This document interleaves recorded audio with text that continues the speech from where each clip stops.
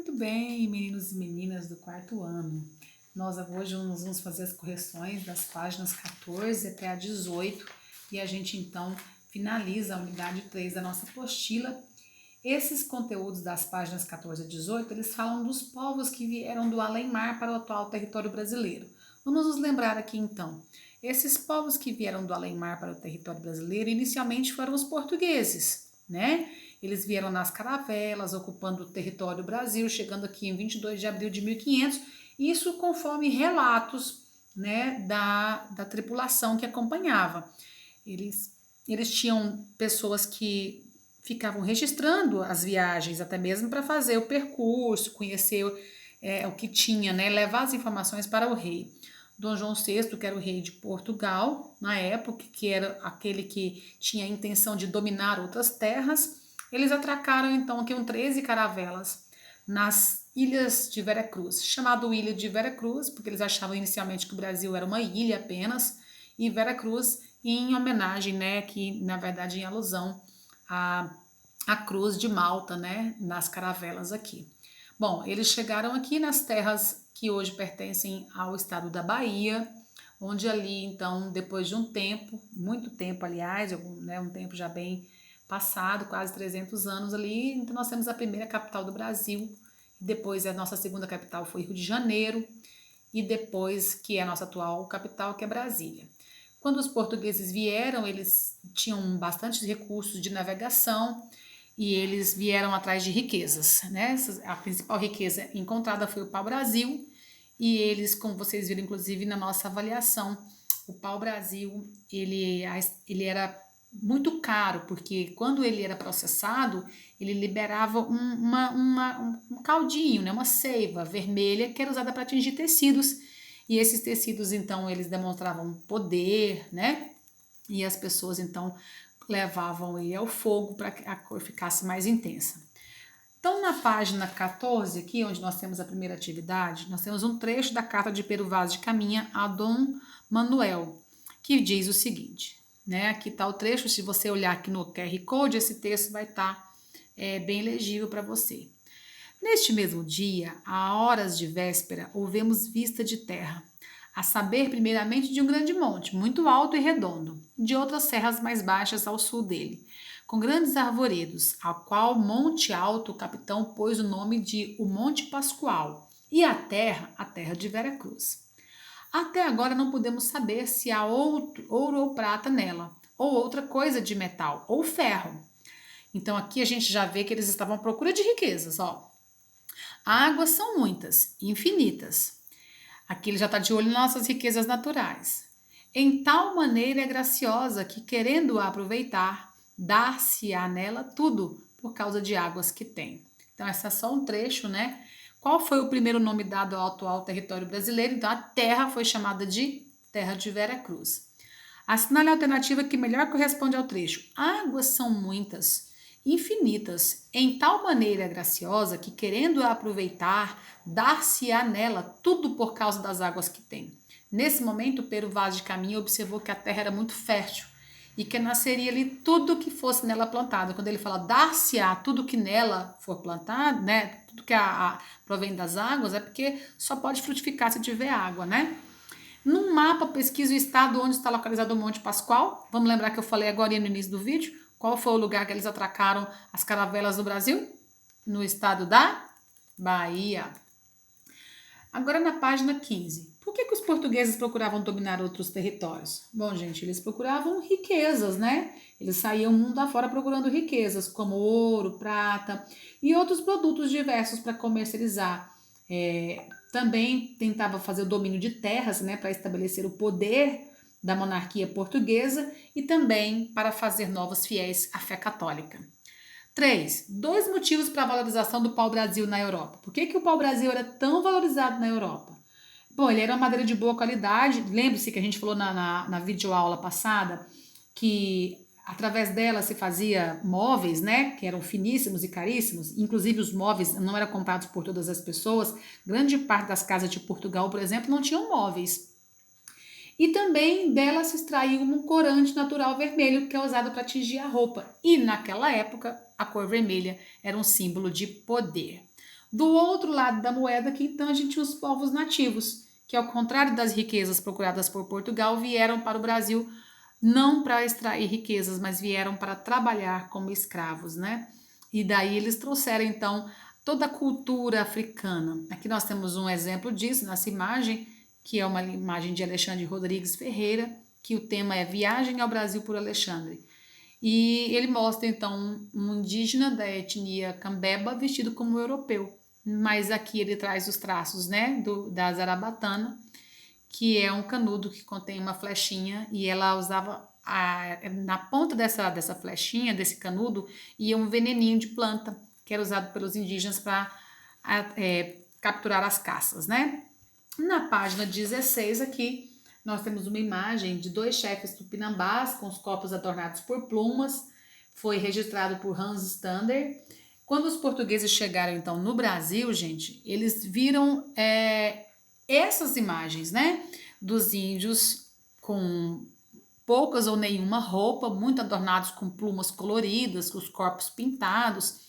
Então, isso tudo foi registrado. Pero Vaz de Caminha, que era o escrivão na época, ele enviou uma carta ao rei de Portugal contando essas informações. E ele, então, contou como foi esse primeiro contato. Como a gente já conversou na sala de aula, antes mesmo de paralisar as aulas por causa da pandemia, esse primeiro contato ele foi pacífico, porque tanto os indígenas tinham medo, né, e curiosidade ao mesmo tempo em relação aos portugueses, como os portugueses tinham também um pouco de medo e receio, porque não sabiam o que ia encontrar, uma curiosidade também, mas muito mais que eles tinham, além do medo e da curiosidade, era o interesse de conquistar a confiança dos indígenas para poder usufruir das riquezas.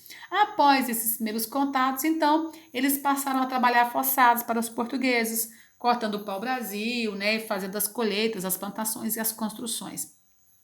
Quando eles foram escravizados, nesse contato com os portugueses, muitos contraíram doenças como a gripe e o sarampo. Inclusive, lembra que eu coloquei na prova para vocês qual foi o resultado desse contato entre indígenas e portugueses? A contração de doenças, né? Como os indígenas não conheciam essas doenças e nem sabiam como curá-las, então acabava que os efeitos eram muito graves e muitos deles morriam. Qual foi o resultado disso?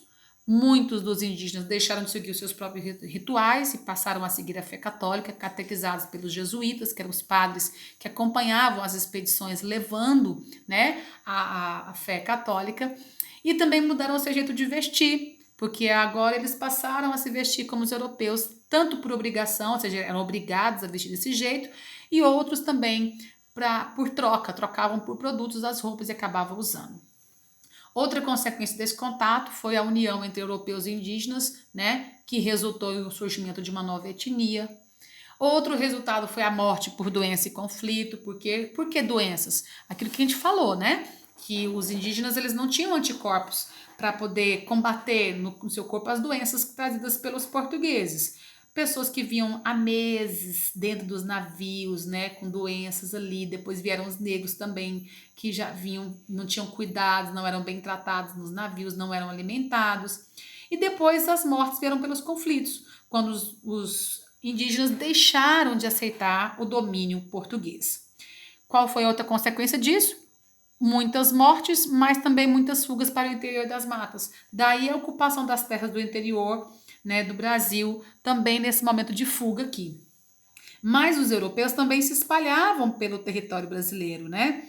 Da mesma forma como os indígenas também migravam para outros territórios. Diante disso, com a falta da mão de obra, com os conflitos, com as mortes e com as fugas dos indígenas, eles perderam a mão de obra. O que eles fizeram? Trouxeram os negros africanos para trabalhar como escravizados. Aquilo que a gente falou no bimestre passado, que era migração forçada. Ou seja, não é uma escolha, não havia escolha para os africanos mudarem, era uma obrigatoriedade.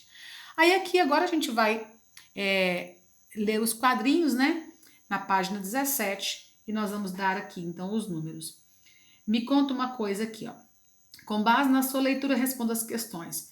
Qual período da história brasileira foi representado nas imagens? O período posterior à chegada. O que é posterior? Depois da chegada dos portugueses. Perceba que aqui a gente tem, ó, o índio que está caçando, que já está conversando com um europeu, aqueles estão com machados nas mãos, aqueles estão fazendo trabalho, ó, levando para madeira. Então, depois. Explique a sua resposta. Olha, Antes eles não utilizavam machados, havia uma embarcação no plano de fundo, né? Também eles estão trabalhando com madeira e o outro guiando o indivíduo não indígena, no caso dos portugueses, aqui eles estão como se estivesse indicando um lugar, né? Então, a gente percebe pela imagem dos machados, pela imagem da embarcação, pelo contato do europeu com o indígena, parece indicar algum lugar. Aqui você vai numerar 1, 2, 3, 4 ou 5, né? Vamos ver se todas vão se encaixar. 1. O conhecimento dos povos indígenas auxiliou os portugueses a sobreviver à nova terra e explorá-la. Gente, ó, se não fossem os indígenas, os portugueses se perderiam na mata. Não saberiam o que encontrariam, que bichos encontrariam, quais plantas são mortíferas, quais podiam comer, quais não podiam. Então, o número 1 é representado aqui, nessa imagem, quando o indígena ele é necessário para o português para que ele se localize na mata. 2.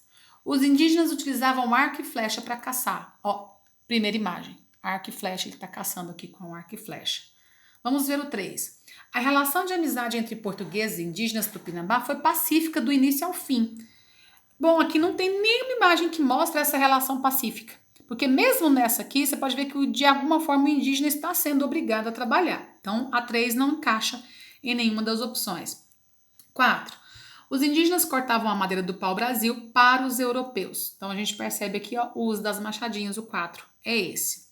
Os indígenas transportavam as mercadorias até as embarcações dos portugueses. Então, a última imagem mostra exatamente isso para nós. Para finalizar essas correções, aqui a gente parte para a página 18. Você vai decifrar aqui qual é essa palavra, embarcações. Quais povos utilizavam esse meio de transporte? Tanto os indígenas quanto os europeus. Gente, as embarcações, nós estamos falando o seguinte, inclusive de canoa simples. Então, por isso que os dois estão marcados aqui, tá? Qual era a finalidade desses meios de transporte? Para os índios, eles transportavam uns aos outros, se locomovendo de lugar. E para os europeus, transportavam-se mercadorias de lugar para o outro. Retome as páginas 6 a 12 e observe os meios de transporte utilizados pelos indígenas e europeus. Na construção de qual deles era utilizada a maior quantidade de madeira? A gente nem precisa voltar lá, né? Quem usava mais madeira para construir as embarcações? Os índios fazendo as suas pequenas canoas ou os europeus construindo seus barcos imensos, as caravelas e as naus? Os europeus.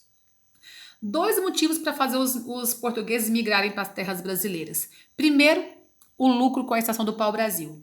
Depois, a extração das riquezas e o solo fértil que permitia a plantação de novos produtos, né? O domínio da terra, né? E o plantio. Resumindo, em busca de riquezas.